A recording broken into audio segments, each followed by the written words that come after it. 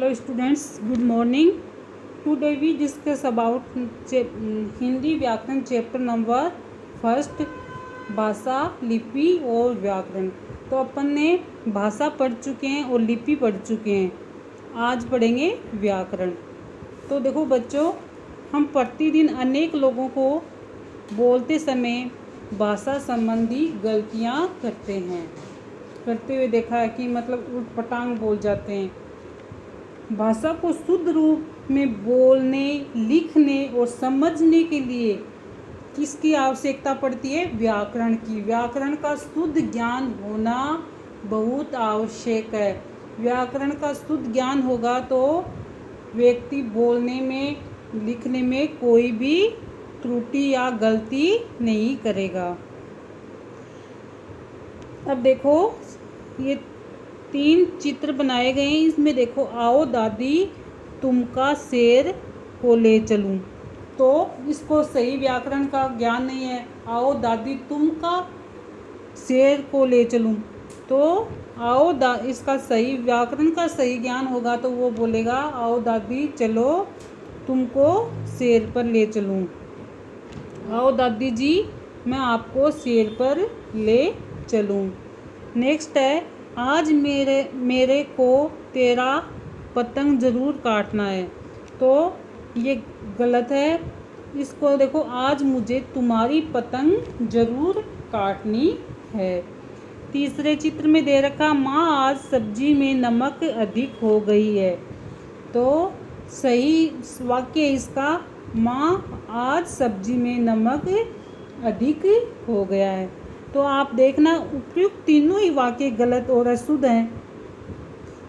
उनको सही और शुद्ध रूप में लिखने के लिए व्याकरण के नियमों का पालन करना आवश्यक है। मतलब शब्द को कैसे कहाँ पर रखना है, इसके लिए व्याकरण का ज्ञान बहुत ज़रूरी है। उसके बाद वे वाक्य शुद्ध रूप से इस प्रकार लिखे जाएंगे, आपको बता दिया।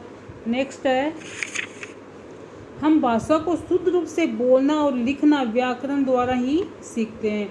जो अपन भाषा को शुद्ध बोलते हैं और शुद्ध लिखते हैं वो किसके द्वारा? व्याकरण के द्वारा ही सीखते हैं।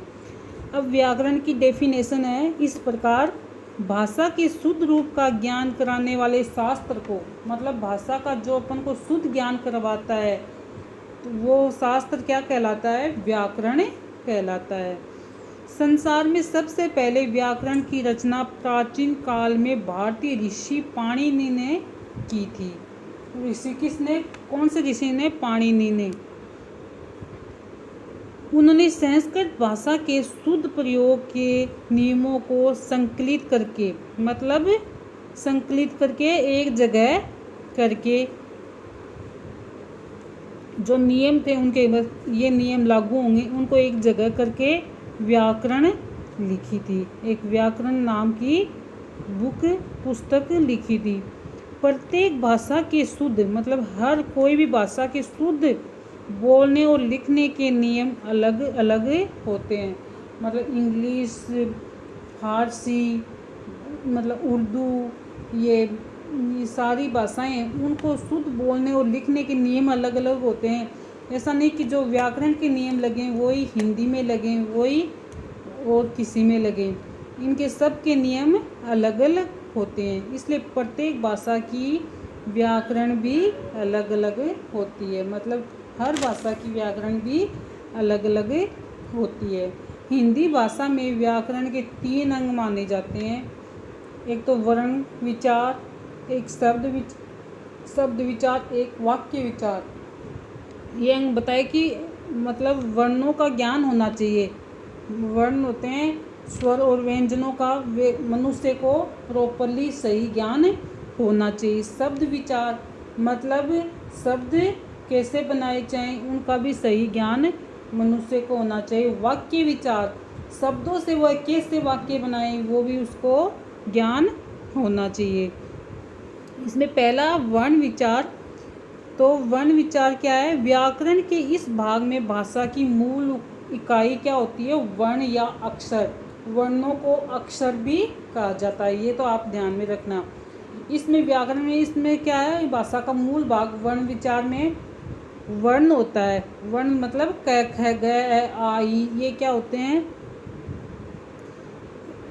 वर्ण मूल इकाई वर्ण या अक्षर के समुचित प्रयोग की जानकारी प्रदान की जाती है। इन वर्णों द्वारा ही भाषा का निर्माण किया जाता है। जैसे ए आ ई कै ख ग घ च चा च छ ज, ये होते हैं वर्ण विचार। फिर है अपना सेकंड शब्द विचार। व्याकरण के इस भाग में वर्णों के उचित मेल से शब्द रचना करना और उनके प्रयोग के नियम सिखाए जाते हैं। व्याकरण के इस भाग से क्या? वर्णों के उचित मेल। जैसे वर्णों का उचित मेल है कै प्लस मैं प्लस ल, तो इनका सही सब, ये 3 वर्ण हो गए, कै और मैं और ल, 3 वर्ण हो गए, उनका समुचित मतलब सही प्रयोग जैसे कमल। अपन गलत कर देंगे ल कै मैं, लकम हो जाएगा, फिर वो गलत हो जाएगा। तो इसमें क्या है? उचित मेल से शब्द रचना करना और उनका प्रयोग के नियम सिखाए जाते हैं। जैसे है बंदर है, तो इसको बंदर है, इसको अपन अलग करेंगे। देखो दे रखा बै प्लस अंग, क्योंकि बै पे ना ऊपर वो है ना वो बिंदी, तो ये ए पे आ जाएगी, तो इसको अलग करेंगे। बै आधा हो जाएगा, ए फिर द आधा हो जाएगा, फिर ए रे प्लस ए, तो क्या बनेगा? बंदर। ऐसे अचकन ऊपर पहनने की होती है। देखो ऐसे दे रखा ए, तो ए में तो कोई वो कुछ मिला हुआ नहीं, तो ए ऐसा का ऐसा आ जाएगा।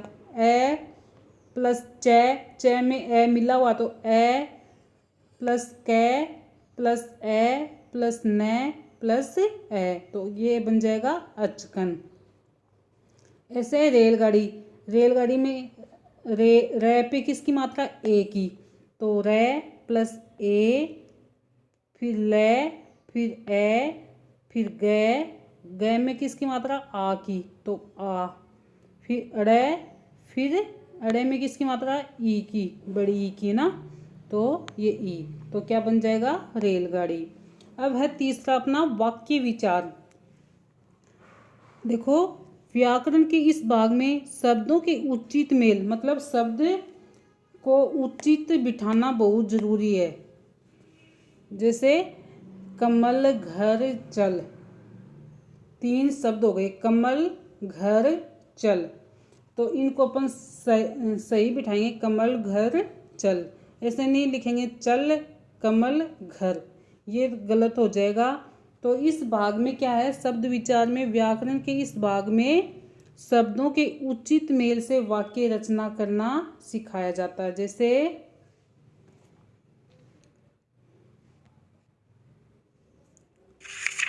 देखो, अमन बाजार गया, रजनीश और मनदीप बाजार गए, बारिश के कारण बच्चे बाहर नहीं जा सके।